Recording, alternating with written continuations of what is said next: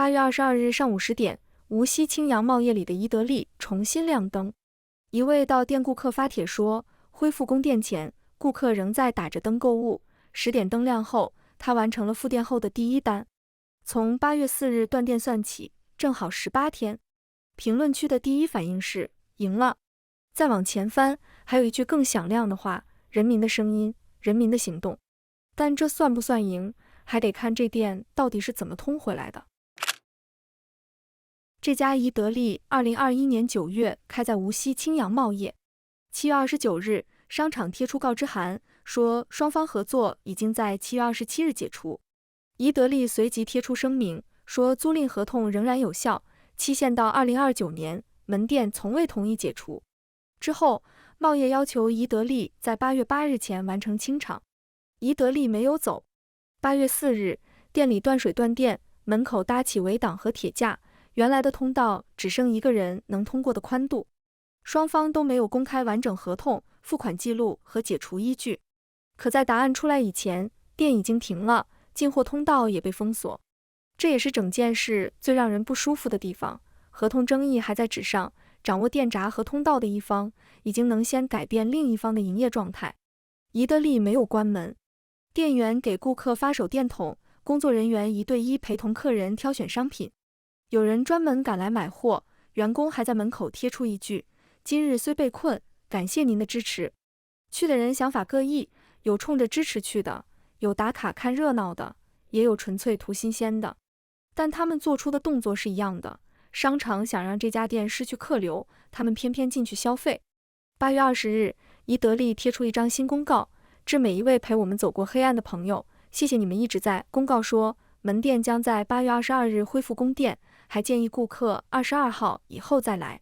公告兌現了，但這張公告沒有解釋一件最重要的事：為什麼恢復供電？判決、仲裁、和解全都沒有公開。圍擋是否已經全部拆除？茂業是不是徹底放棄清退？到現在也沒有明確答案。斷電當天，宜得利曾在公告裡說，相關部門已經介入協調。可直到18天後恢復供電，公眾也不知道這個相關部門到底是哪個部門，協調了什麼，復電是不是協調的結果？沒有具名回應，也沒有公開的處理結果。評論區開始替這段空白找原因，有人猜是原本準備接鋪的新品牌不來了，還有人說傳聞中的對象是一家最近很火的零食店。這個猜測在商業邏輯上很合理。茂業急着讓宜得利走，總不會是為了欣賞一塊空鋪，後面大概率有新的招商安排。就算真有候選品牌臨時退出，也沒人知道他為什麼退出，可能只是租金、裝修或總部審批沒談妥，沒法簡單歸因於這次風波。另一種解釋是輿論起了作用，顧客排隊，媒體報道，社交平台持續討論，讓清退宜得利的每一步都被網絡放大。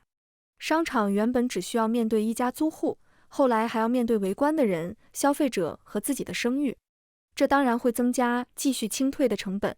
可成本增加，不代表這就是復電的真正原因。雙方有沒有私下談判，招商計劃有沒有變動，目前全都不透明。電閘合上了，不代表違約有了代價。靠圍觀換來的退讓，管不了下一次拉閘。解除合同的理由是否真正被推翻，介入的有關部門到底是誰，後面還會不會清場，依然沒有明確說法。所以這一步只是燈亮了，規則贏沒贏還是未知數。排隊的人真正做到的是把一場可能悄無聲息完成的清退傳播到網絡上。他們沒有替法院判案，卻讓掌握電閘的人不能只按一下開關，就等着結果自然發生。如果每次維權都要靠把事情鬧大，靠全網圍觀才能換來退讓，這根本不是什麼勝利，只是碰巧。宜得利今天有電了，但只要內情依然不公開，這件事就談不上真正的結果。好啦，今天的故事就講到這裡。我是人類觀察員，這個頻道一直在做一件事，觀察一些普通人在意識到自己有了影響力之後，會如何運用它，以及這種影響力又會怎樣反過來改變他們。如果你也在觀察這些事，歡迎訂閱，也歡迎在評論區告訴我，你還想看哪些人、哪些事。我們下期見。